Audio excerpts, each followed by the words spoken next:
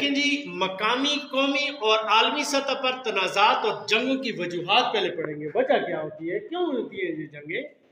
مقامی وجوہات میں یہ ہے، دیکھیں مقامی سطح پر سب سے بڑی یعنی تنازعات یا جنگوں کی بڑی وجہ جہالت ہوتی ہے۔ تعلیم کی کمی کی وجہ سے معاشرے میں جنگ اور تنازعات کے زیادہ امکانات ہوتے ہیں، کیونکہ ان پڑھ یا جاہل لوگوں کا ذہن محدود ہوتا ہے اور ہر وقت دوسروں کو نیچا دکھانے کی کوشش میں لگے رہتے ہیں۔ پھر جو جاہل یا ان پڑھ لوگ ہوتے ہیں، ان کو نوکریاں بھی نہیں ملتی ہیں، کوئی کام صحیح نہیں کر سکتے، اور پھر یہ ایک دوسرے کے ساتھ دن بھر سوچتے رہتے ہیں، کسی کو نیچا دکھانے کی کوشش کرتے ہیں، انہی میں حسد بھی ہوتا ہے، روزگار کے ذریعے بھی نہیں ہوتے، پھر یہ جنگ اور جدل کا ماحول بن جاتا ہے۔ علاقے میں آپ دیکھیں ہمیشہ کبھی زمینوں کا چکر لگا ہوتا ہے، کبھی جی درختوں کا، کبھی کس چیز کا نا۔ اس کے علاوہ مذہبی فرقہ پرستی یہ بھی ان پڑھ لوگوں میں زیادہ ہوتی ہے۔ پھر سیاسی اختلافات، خاندانی دشمنی اور زمین وغیرہ کے تنازع کی وجہ سے جنگ اور لڑائی جاری رہتی ہے۔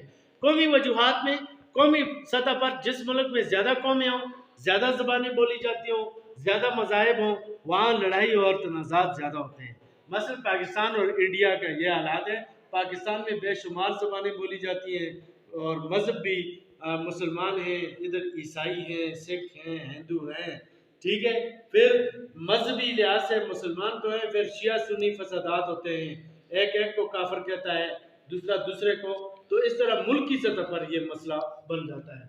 پاکستان اسی وجہ سے دیکھیں 1971 میں 2 ٹکڑے ہوا اور مشرقی پاکستان جو ہے وہ بنگلہ دیش بنا۔ اس کی بھی وجہ یہی تھی کہ وہ کہتے تھے ہماری زبان بنگلہ ہے، پاکستان کی زبان اور، ٹھیک ہے۔ پھر اس کے ساتھ ساتھ یہ بھی کہتے تھے کہ مرکز ہم سے زیادتی کرتا ہے، پٹسن ادھر پیدا ہوتی ہے اور اس کی فیکٹریاں مغربی پاکستان میں ہیں۔ بہت ساری وجوہات ہیں جس کی وجہ سے پاکستان کے 2 ٹکڑے ہوئے۔ پھر مذہبی فرقہ پرستی، نسلی اور صوبائی تعصب بھی تنازعات کی وجہ ہوتی ہے۔ اس کے علاوہ سیاسی اختلافات وغیرہ سے بھی قومی سطح پر تنازعات پیدا ہوتے ہیں اور جنگ کی صورتحال بن جاتی ہے۔ اگلا آتا ہے عالمی وجوہات۔ دیکھیں جی، دنیا کی تاریخ بڑی بڑی جنگوں سے بھری پڑی ہے۔ عالمی سطح پر جنگوں کی اہم وجہ قومی مفادات کا حصول ہوتا ہے، ٹھیک ہے۔ ہر ملک کوشش کرتا ہے ہمارے ملک کو مفادات ہیں جی، یہ ترقی کرے، آگے بڑھے، اور اس کے لیے ہر جائز ناجائز طریقہ استعمال کیا جاتا ہے۔ دنیا میں قدرتی وسائل پر قبضہ بھی اس کی وجہ ہے۔ اس کے علاوہ علاقے کا تنازع بھی جنگ کی وجہ بنتا ہے، جیسے پاکستان اور انڈیا کشمیر کے جو علاقہ ہے اس وجہ سے تنازعات کا شکار ہے۔ عراق اور کویت جنگ تیل پر قبضے کی وجہ سے ہوئی، اسی طرح امریکہ عراق جنگ کی وجہ بھی تیل تھی۔ دنیا پر بالادستی کے لیے تنازعات پیدا ہوتے ہیں۔ روس اور امریکہ کے درمیان جی یہ 2 سپر پاور تھی اس وقت کی۔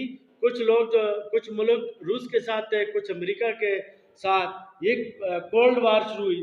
سخت جنگ وہ ہوتی ہے نا، سامنے آ کر نہیں لڑتے، بس نقصان پہنچاتے ہیں کسی نہ کسی طریقے سے، دوسرے ملک کے خلاف پروپیگنڈا کرتے ہیں، دہشت گردی اور مختلف طریقے ہیں اس کے۔ بہرحال 1990 میں روس کی شکست پر یہ سلسلہ ختم ہوا۔ آج کل چین اور امریکہ کے درمیان تنازعات پائے جاتے ہیں، یعنی دنیا پر بالادستی کے، ٹھیک ہے۔ اسی طرح دنیا بھر میں اپنے نظریات کو نافذ کرنے کی خواہش بھی تنازعات کی وجہ بنتی ہے۔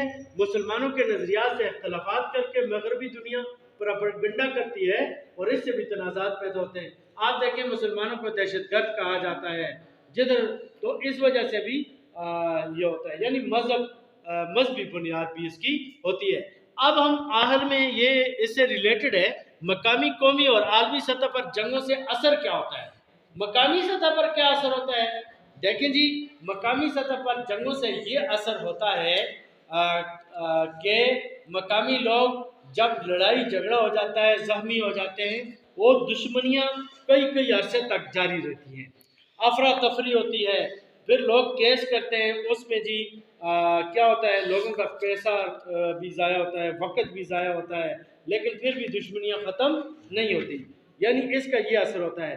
پھر سارا قبیلہ اس سے متاثر ہوتا ہے، سارے لوگوں علاقوں پر منفی اثرات پڑتے ہیں۔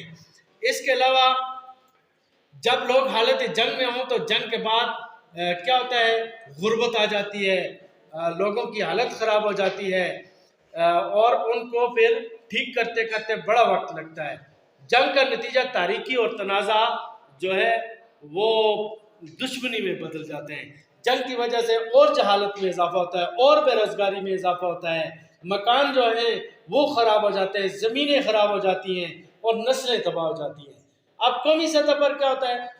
قومی سطح پر جب تنازعات جنم لیتے ہیں نا, اس سے بھی غربت آتی ہے اور اقتصادی ڈھانچہ تباہ ہو جاتا ہے, ملک جو ہے خراب ہو جاتا ہے, تعلیمی ماحول ختم ہو جاتا ہے, تعلیمی ادارے کو نقصان پہنچتا ہے. جیسے آج کل دیکھیں افغانستان میں نہ تعلیمی ادارے ٹھیک ہے, نہ اقتصادی حالت ٹھیک ہے, بے چینی بڑھ جاتی ہے, عدم تحفظ بڑھ جاتا ہے. اس کے علاوہ جہالت میں اضافہ ہوتا ہے, مالی نقصان ہوتا ہے. یہ قومی سطح پر اثرات ہیں. اور بین الاقوامی سطح پر جنگ کے کیا اثرات ہوتے ہیں؟ دیکھیں جی, بین الاقوامی سطح پر جب جنگ ہوتی ہے اس کے بعد جی ملک کی اقتصادی حالت خراب ہو جاتی ہے, تعلیمی ادارے تباہ ہو جاتے ہیں, انفراسٹرکچر, روڈ اور عمارتیں اور سب کچھ تباہ ہو جاتا ہے.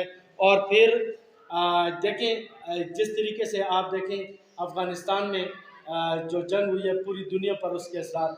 آج کل جو ہے یوکرین اور روس کی جو جنگ ہے, آج کل دیکھیں پوری دنیا میں گندم کا بحران ہے, تیل کا بحران ہے, گیس کا بحران ہے, اور پوری دنیا میں چیزوں کی قیمتیں زیادہ ہوئی ہیں, غربت میں اضافہ ہو رہا ہے اور معاشی طور پر بھی بہت بڑے بحران کا سامنا ہے. اسی طرح جنگ عظیم دوئم کے بعد آپ دیکھیں جب ختم ہوئی تھی تو برطانیہ حالانکہ جنگ جیتا تھا, لیکن اس میں عمارتیں تباہ, روڈ تباہ, پل تباہ اور بالکل ملیا میٹ کر کے رکھ دیا گیا تھا. تو عالمی سطح پر جو جنگ ہوتی ہے نا, اس کے بعد دیکھیں ہر طرف تباہی ہوتی ہے, لاشیں ہوتی ہے, غربت ہوتی ہے. تو اس کے علاوہ سیاسی عدم استحکام پیدا ہوتا ہے اور بعض لوگ ان باتوں سے فائدہ بھی اٹھاتے ہیں. تو آج ہم نے یہ ٹاپک 2 پڑھے ہیں, یعنی تنازعات اور جنگوں کی وجوہات کیا تھی اور اس سے قومی سطح پر, مقامی سطح پر اور عالمی سطح پر اس کے اثرات کیا کیا ہوتے ہیں. ٹھیک ہے جی.